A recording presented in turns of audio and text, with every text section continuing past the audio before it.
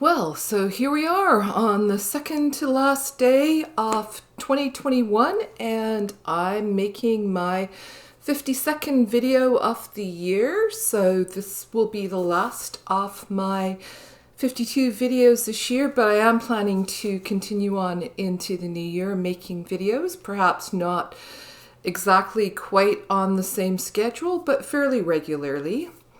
And I'd like to share with you a little journal that I've been working on this month. I call it my December journal, but really it's more of an unchristmasing journal, but December, I kind of like the way that sounded.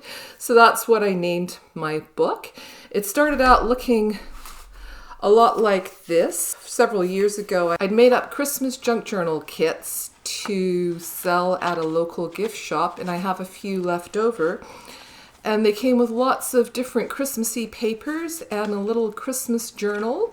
My idea was that people would use a little journal to keep track of all the important Christmassy things, to-do lists, gift ideas, maybe recipes, just things that they wanted to keep track of, or they could make cards for people or gift tags or whatever, Christmassy type things. But this year I didn't feel particularly Christmassy, so I thought it would be fun to take one of those little journals and all those papers and make something un-Christmassy with it.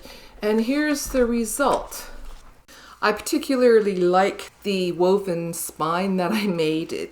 So the first page starts out with some notes that I made while I was watching a YouTube video. If you want to stay loose, you have to start out loose. Trust in the process. It will not look good in every stage. It may not even look good at the end. All painting, good and bad, should be fun. If you're not enjoying it, you won't want to do more.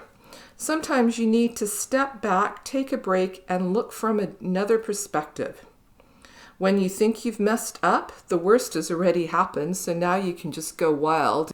How can you let go of control? Maybe by using less good tools and materials. This was from a YouTube video by somebody named Sandy Hester.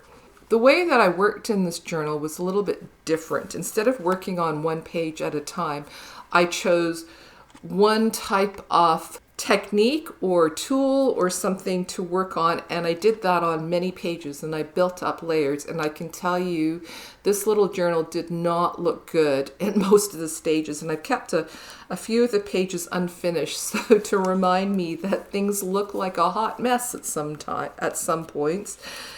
And this page here has a list of all the prompts that I did. So each day in the month I chose one of these prompts, and I used that to inspire the things that I was going to do that day. This is what went on the list: tear, cut, paint, glue, strips, holes, scribble, stripes, circles, splatter, gold, layer, rainbow, color, weave, dots, knots, plaid, blobs, one line, repair, diamonds, faces, vases, plants, words, loops, negative space, windows and doors, tables.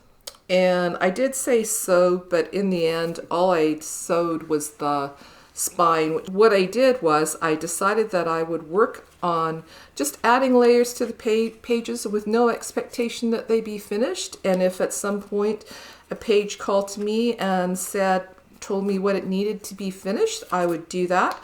And if it didn't, I just kept adding more layers until I felt like it was finished. And some still aren't finished. Like this page here is definitely not finished, but I kind of like the way that it looks. And to tell you the truth, many of the other pages look quite similar to this at various points along the way. A lot of them are now finished, but they don't have to be. There are 30 prompts, and that's probably fitting that today is day 30. And I feel like I'm ready to be finished with this journal, even though perhaps all the pages are not quite finished. And I don't know where these themes came from, why there were so many faces, male faces or vases, but those are the things that I felt like making, and it just happened.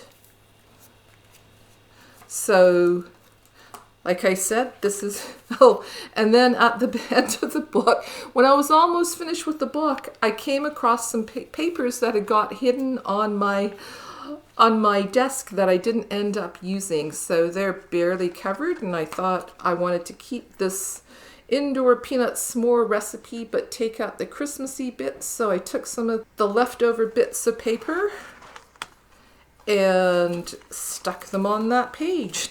And in the end, here's all that was left. Just these little bits of paper left. A few little scraps and bits of paper left of all of those things that I started out with. And there's this little card, and it says cloth of gold to take home. I'm not really a minimalist, but I really like the way that looks. And I'm just going to keep them tucked in this envelope to remind me to use them up. Anyway, I really enjoyed this process. I've still got some more of these kits. Maybe I'll revisit this and try it again next year and see what comes out if I use the same prompts. Anyway, this is my last video for 2021. So I will see you again next year.